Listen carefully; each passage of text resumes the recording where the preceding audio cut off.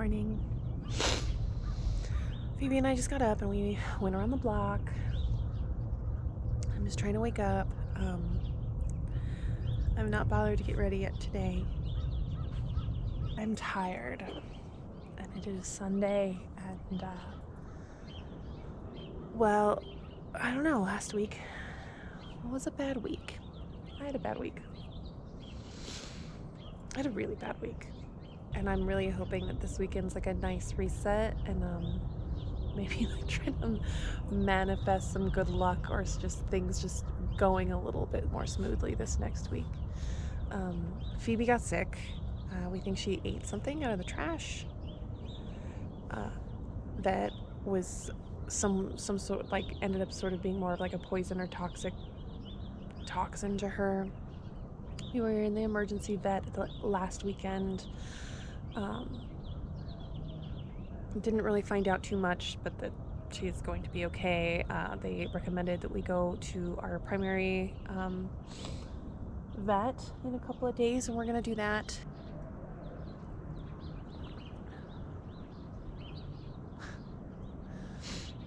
The coffee is starting to get cold.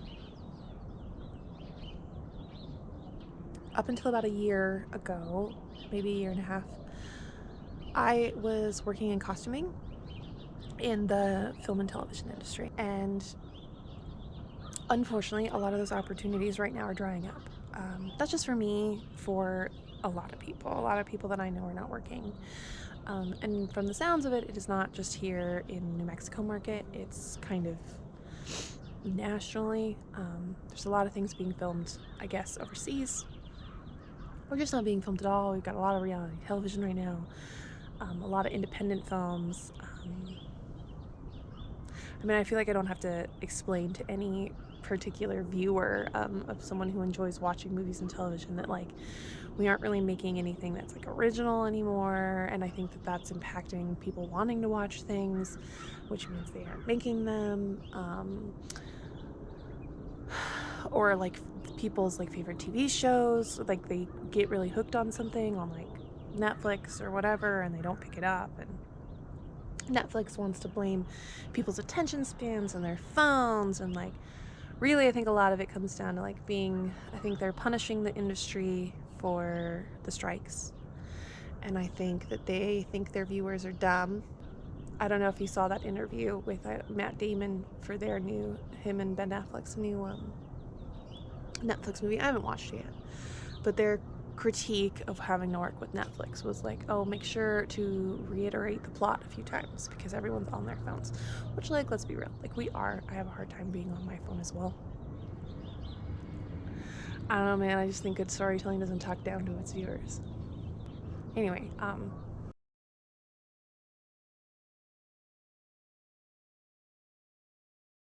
now I've gone back to serving for a little while. I wait tables. I thought that was sort of the easiest way to sort of make money in sort of a entry level, like switching careers, because hopefully it's just temporary. Like the goal is for it to just be temporary.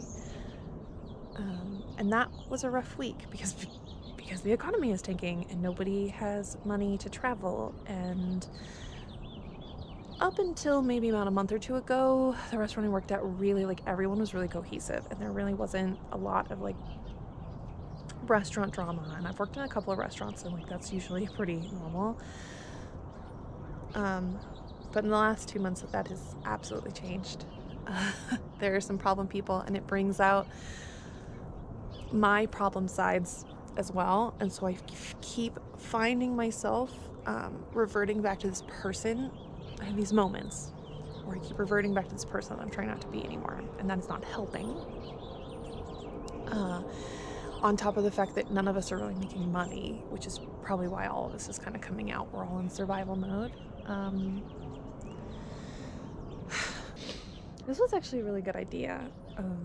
Originally I just kind of wanted to get just a little bit of footage of me getting some coffee in kind of a nice neutral space.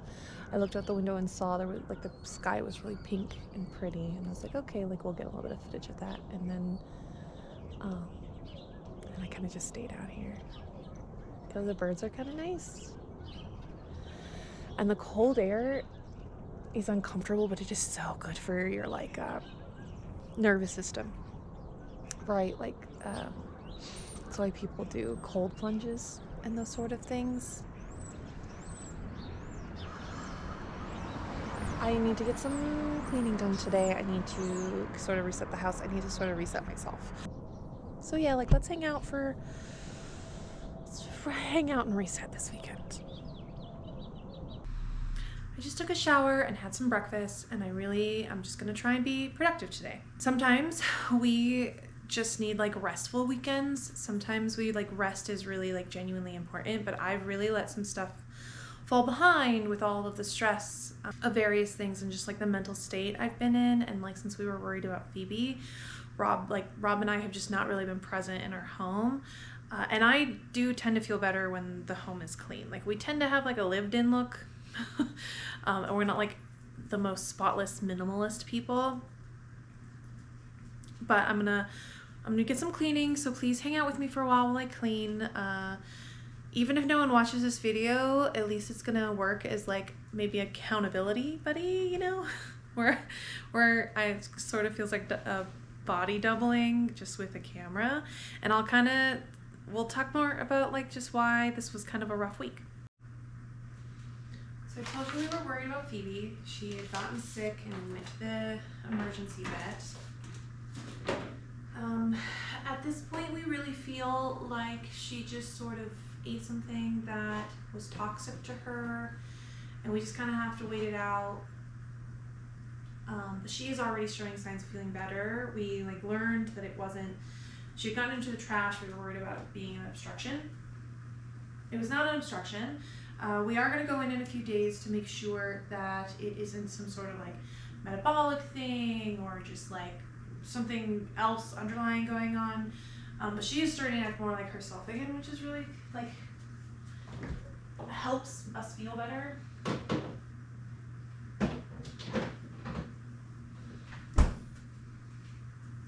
But I think the other big thing for me outside of all of this is like we didn't really have the money for Phoebe to need to go to the vet.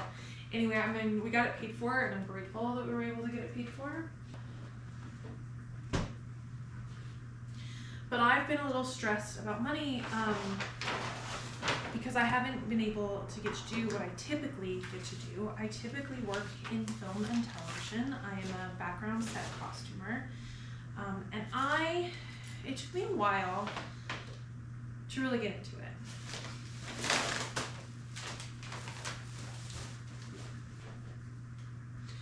I moved to New Mexico like a little over a decade ago with a degree in theater, and my options were when I graduated, I was either going to move to Denver and try theater or move to New Mexico and try film.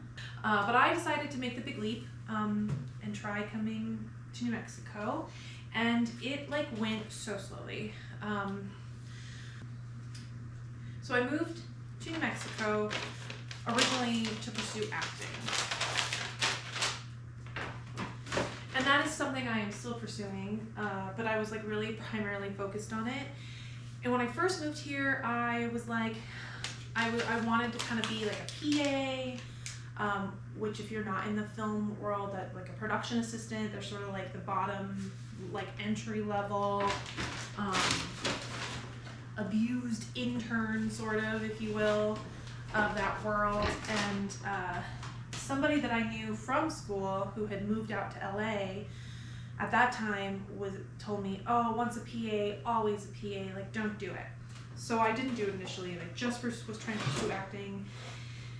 And I definitely struggled, and it is a struggle. Like I think I'm a pretty good actor, but I definitely have gotten so much better than I was right out of school. Like I see why I wasn't really booking much back then. But paying the bills with a day job that was mostly like what typical actors do, like waiting tables, was not very fulfilling. So it took me like 5 or 6 years to then circle back and be a PA. And if I could go back in time and not listen to that person tell me not to be a PA, I so would, because I would have gotten such an earlier start and had so much more of a fulfilling career, because that sent me down the path of getting into costuming, which was a much more fulfilling day job. And it made me feel like if like I grind the acting thing and just nothing ever gives, which is entirely possible. It happens to excellent actors all of the time.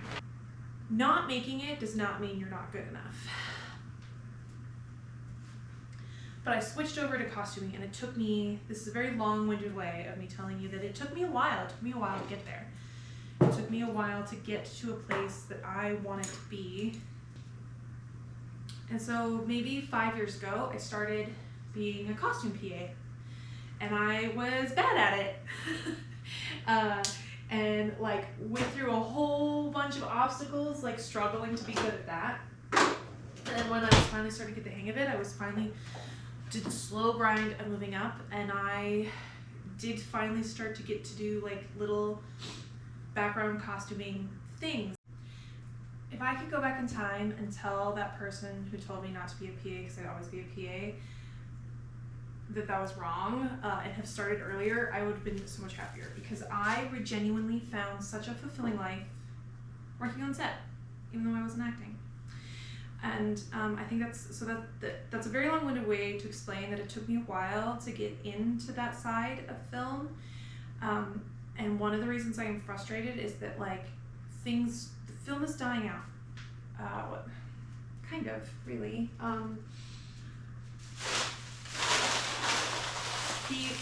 The industry is really drying up right now, and it's not just for me, it is genuinely for everybody. I know like excellent cameramen are not really working as often as they used to, like assistant directors, PAs, other costumers, like people are really feeling it. And that is so devastating, because if I had started earlier, my life is a lot of what ifs right now. What if I had started earlier? Would my resume be stronger? So the 3 or 4 things that are coming through, like maybe I would be on. The other thing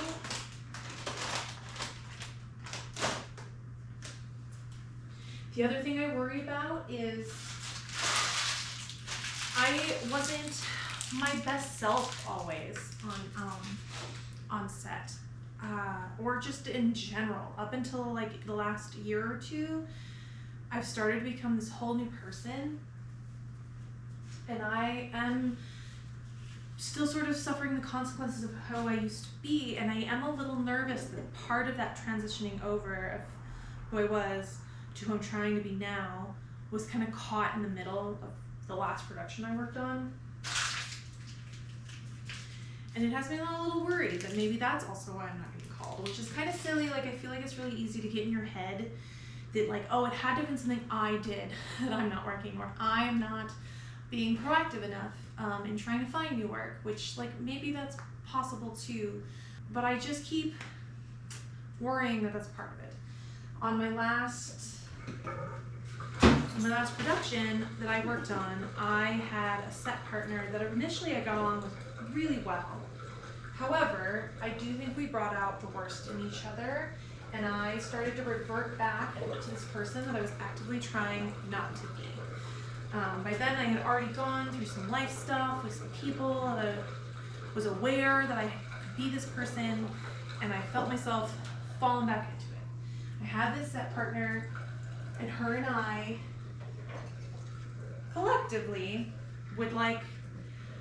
we would critique the other background set costumers that were working with us for the day, our day players, if you will.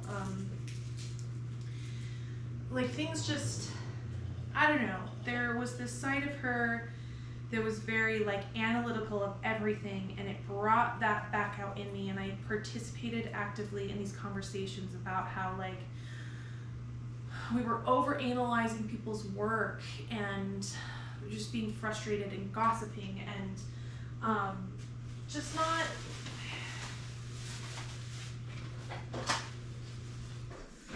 creating a relatively toxic work environment, if I'm being honest.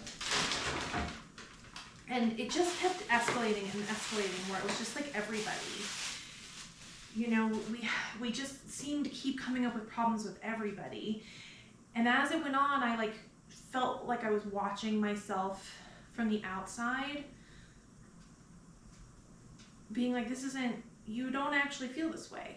Why are you participating in this? And so I tried just pulling back on the behavior myself and not participating in those conversations as much. And then I should have, in hindsight, been a lot more direct with her about being like, we have to stop this, we are going too far. And I feel like I started to. I feel like there was one particular instance where she wanted to go to, we had already gone to our supervisor and complained about a couple of people, and our supervisor, who was like the best person, like this, it is so frustrating that I turned into this person and that I was working with this other kind of person who was similar behavior, because the rest of that team was the best team that I've worked with in a really long time, or like ever, or will probably ever get to work with again, even if film does pick up and I didn't sort of just become this person that people don't want to work with.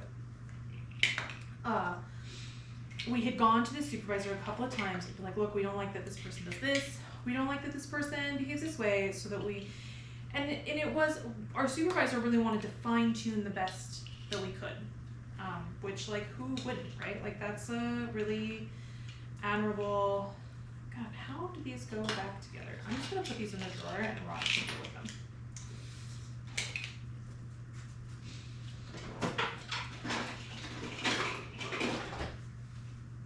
But after a while, I was like, okay, like, we're literally complaining about everybody.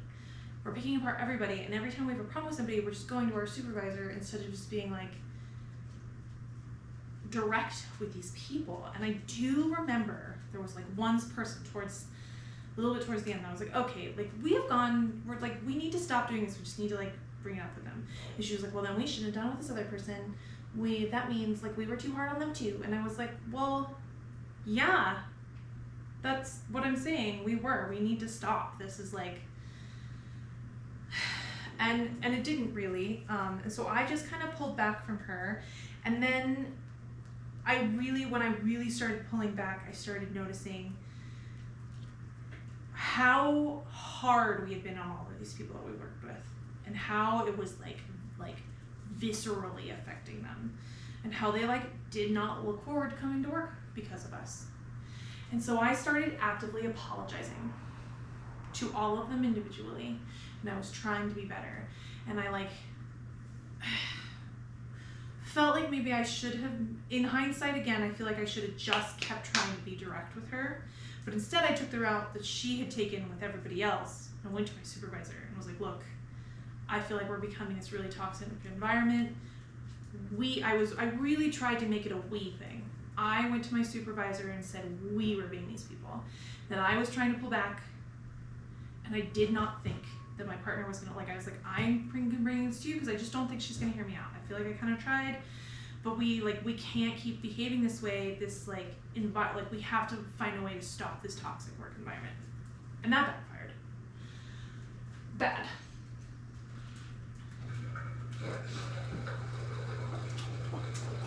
It backfired in a way that she, like, resorted into, like, a full she's not a very emotionally mature person. I hate that I hurt her. I feel guilt about it to this day.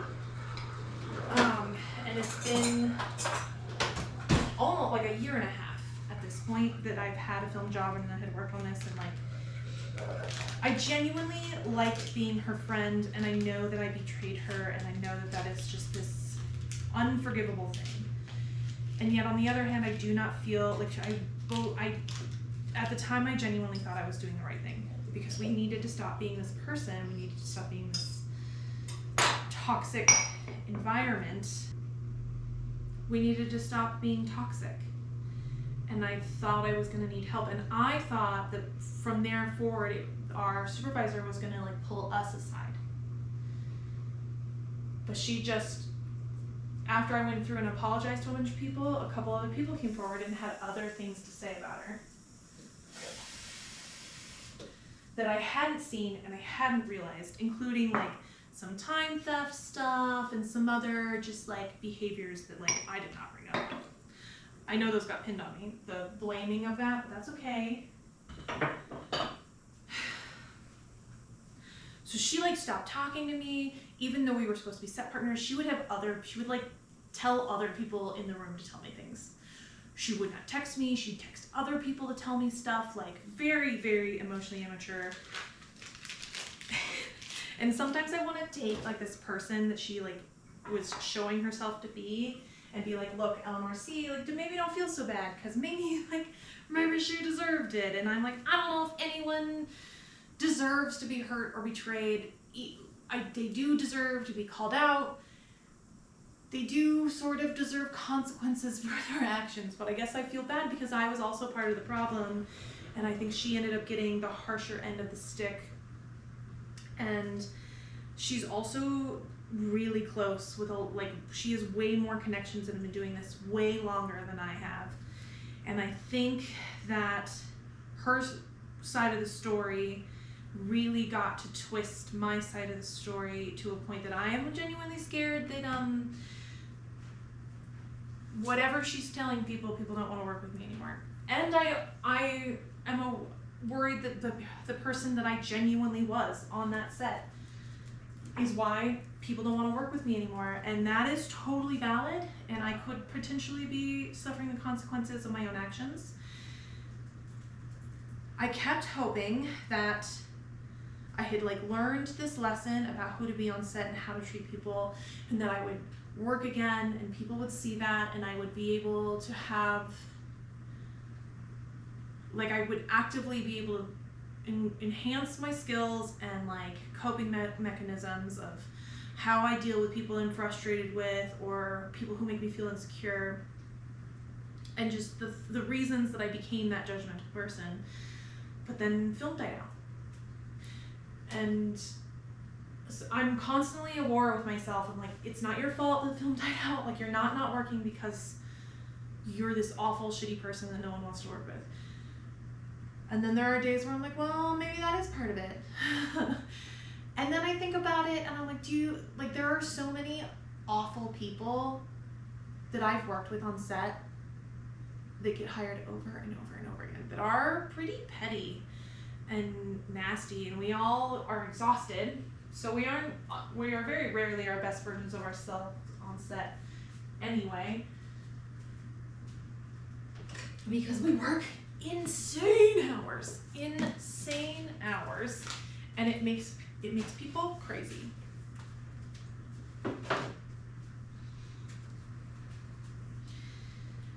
So it's just this constant, I miss film so much. And it's going on 1.5 years.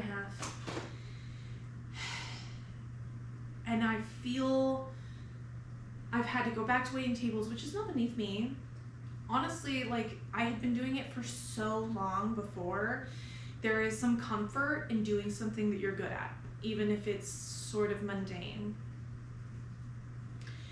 But I feel this sort of empty feeling, and I feel this deep fear that I might not get it back. And what am I going to do if I don't get it back? I dedicated so much of my life to that, and it's where I want to be. And it's so far out of my control. There's currently in my market 1 movie being filmed. When going into the spring of many other years, there's 4 minimum, 4 or 5.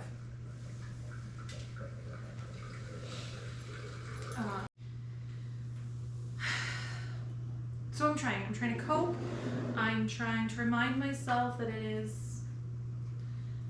is outside of my control. Rob and I have talked about moving to other places and other markets that also do a lot of film. But the more and more people in the industry I talk to, the more it's pretty dead everywhere. It's dead everywhere. I have some friends who are talking about how LA is supposed to pick up, but the last few years, even LA wasn't busy comparatively to what it used to. They're just not filming things right now.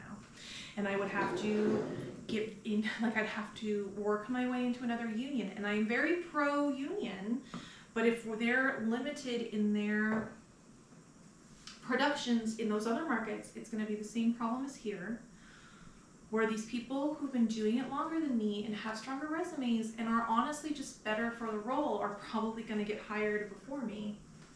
And how is that going to help? So I'm trying to figure out how to be proactive. And even if some of those things were possible, even like, all right, let's try a different market. I can do this, let's be proactive. I'm sort of stuck in this place where we can't afford to move and find a new job somewhere else. That's like expensive. So we would have to know that there would be some potential for me to at least even have to completely start over again, which I would totally be fine with. I would start from the ground up and be a PA all over again if it meant I was back in film. I'd start in a different department because I miss film so much. Like, it doesn't have to be costumes. I just happen to be good with fabric and sewing and it's just like a thing I had already done in college and had grown up kind of doing. I haven't like actually sat down and processed any of this, and maybe it's because I like sort of immediately went into survival mode when it was becoming more and more apparent that I wasn't going to be working for a minute, so I didn't have the time. And now that I've like sort of settled into this job that I'm really still hoping is temporary, I like it. I really lucked out in where I am currently at, in just I found a serving job that like gives me benefits. Like, the hours are really not that, it's like an 8-hour day, which is not like, I get like weekends, not like Saturday, Sundays, but I get like a 2-day weekend. I work 8-hour days. It's very, I mean, it's really structurally, I could be in such a worse situation. I'm grieving this life that I had that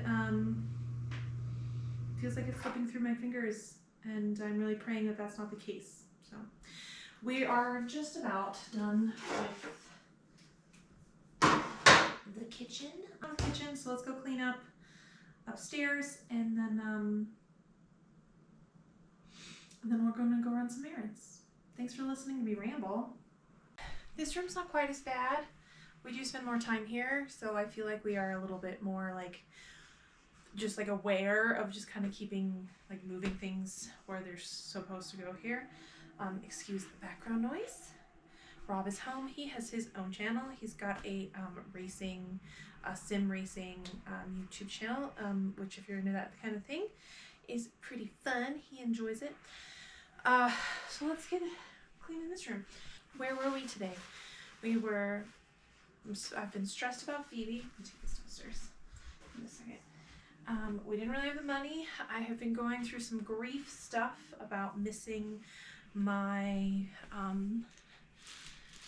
career and being afraid that like there might be, because of who I have been in the past, there might be some consequences that like it might be rough for me to get back into it, and being a little unsure if that's just like my like catastrophizing, and then like that's not really the case, because there's definitely much bigger things going on, like I said, like the economy. I feel like the last reason that this particular week was bad wasn't just because of like I've been in a weird mental place and because of Phoebe. It's also like I am back to waiting tables, like I said, which is not beneath me, and I do like where I'm at. There are some things that I'm really like grateful to have, like benefits and the hours, like I said.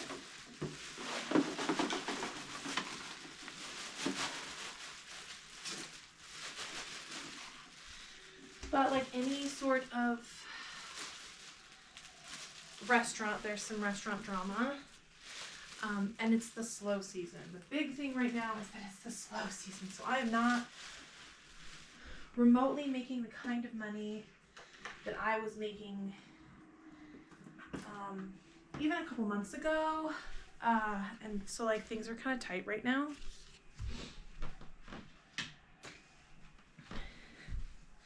And it's really easy to tell yourself that like, one, to see that like the people you work for don't really care that you're not like, that you could potentially not be getting your bills met.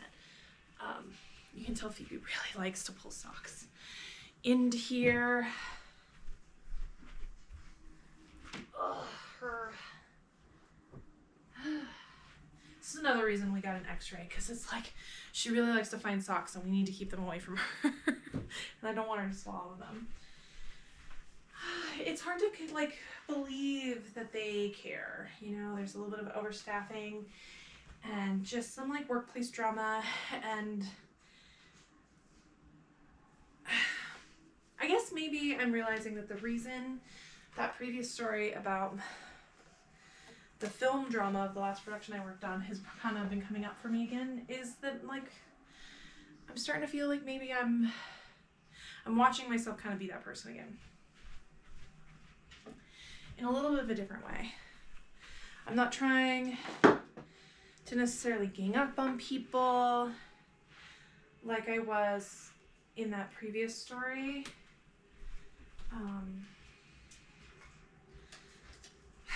But I'm losing my temper on people a lot.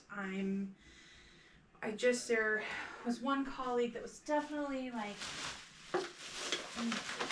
we're all struggling, and I feel like she was being kind of shady with other people's tables, and then like kind of playing it off as like, oh, I didn't know. And so I said something which caused a bigger issue, which caused sort of everyone to get punished, and I'm feeling guilty about it. And also just kind of frustrated because I don't think like I was making anything up, and maybe I should have kept my mouth shut. And I'm just like an angry person at work, and I hate it. It's making my life harder to be angry all the time, on top of all of these other feelings that I'm having. And it's probably really where a lot of that's coming from. And like being back in survival mode like sucks. I'm gonna take these all downstairs in a second.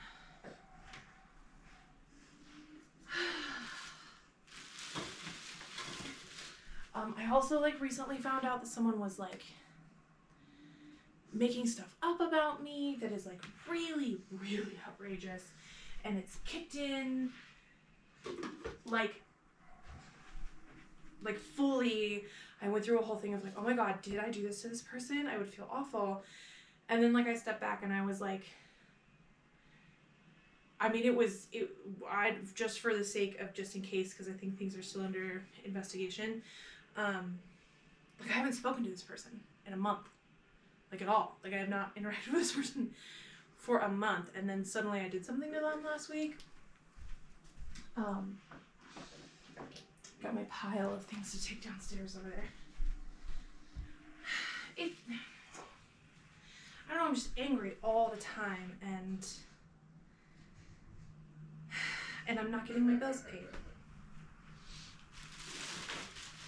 I'm trying to find things to do around that make me feel like a person, but I'm realizing, especially through the process of vlogging and like starting this interesting adventure and trying to like educate myself on better like aspects of storytelling. Like I said, I'm learning I'm not naturally good at this, which I don't even necessarily think is a bad thing. It's like an interesting challenge.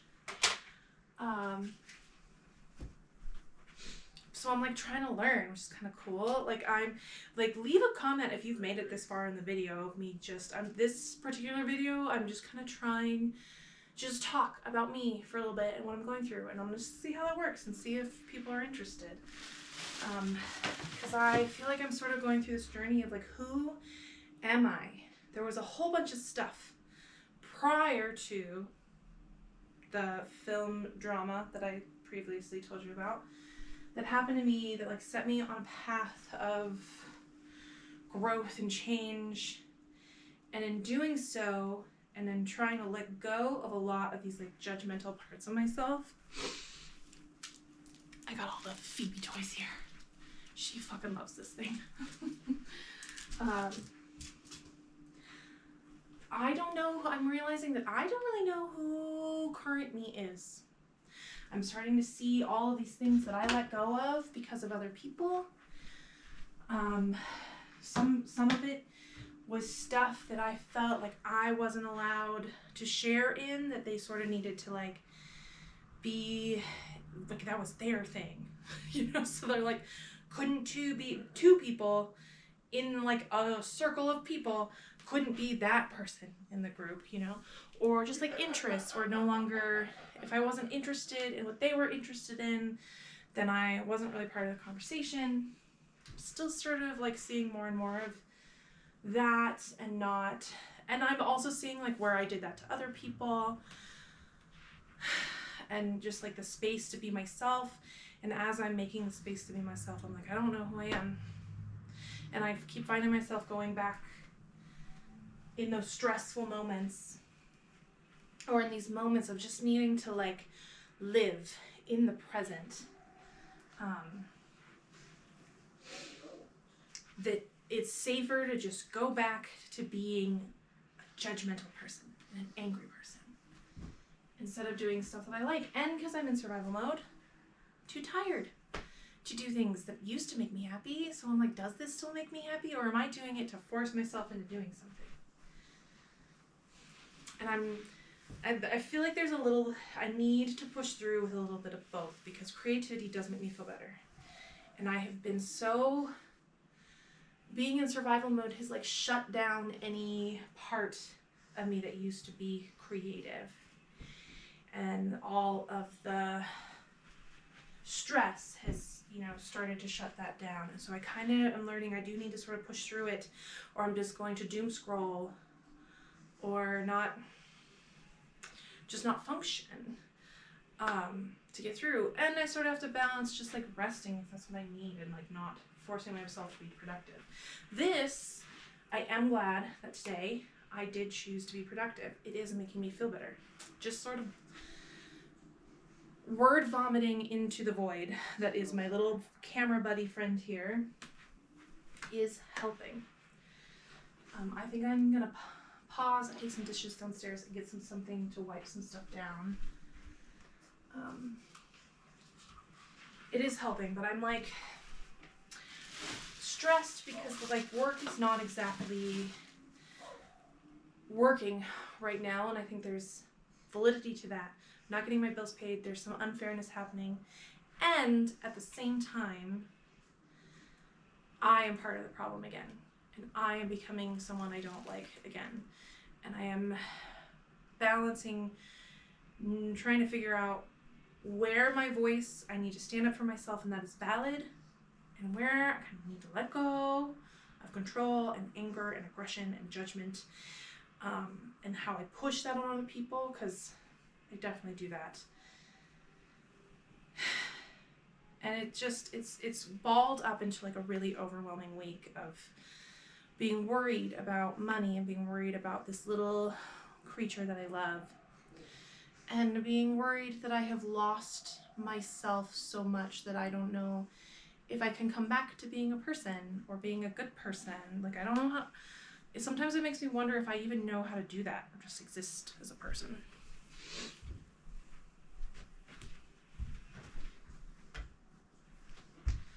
I am gonna let Rob put his watch stuff away, because if I put it somewhere, he will never be able to find it.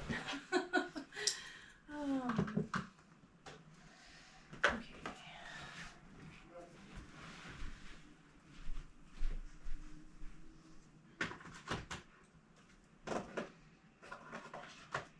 Alright. I'm gonna take some of these dishes downstairs, and I'm gonna change. And I'm starting to like run out of steam of just cleaning, but I feel like I was like really productive. So I'm gonna change. I'm gonna start some laundry so that I can be washing while I'm out running errands. And we'll just kind of see where the rest of the day takes us.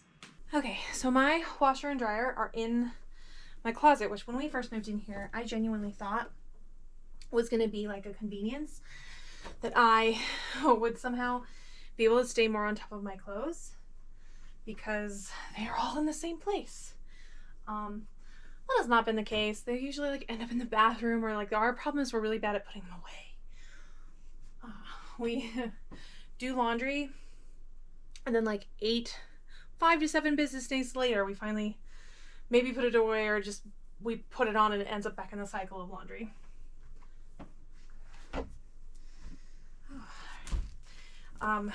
It's also getting bad enough in here that I'm like stepping up on top of the laundry, so hopefully I make a dent in this today. I have to go to the store. I can do 3 loads of laundry. I have 3 of these left. Oh, just kidding. Rob is, oh, he's such a good guy. I do not have to go to the store. I do have to run errands later, but at least I don't have to pick that up. So I need that, and then I want just a little bit of OxyClean, because Rob's a stinky dude. Love that man, but a stinky dude.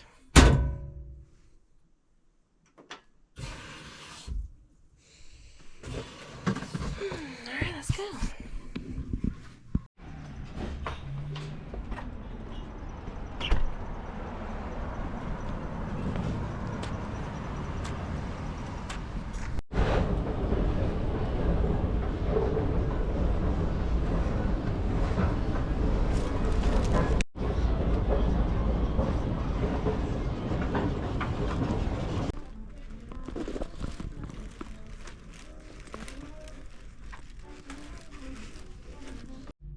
Okay, so I'm gonna go to a Galentine's Day event this week, and we're gonna do like an underwear, like a surprise underwear exchange, kind of like Secret Santa, but with underwear.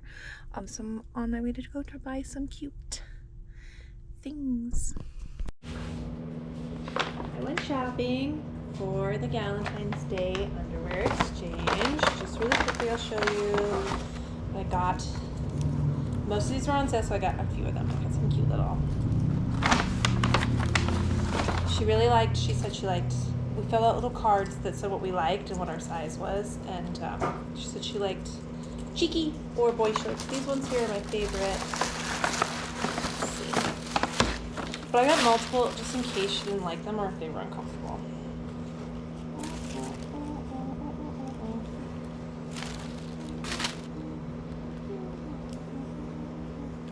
So anyway, I hope she likes them.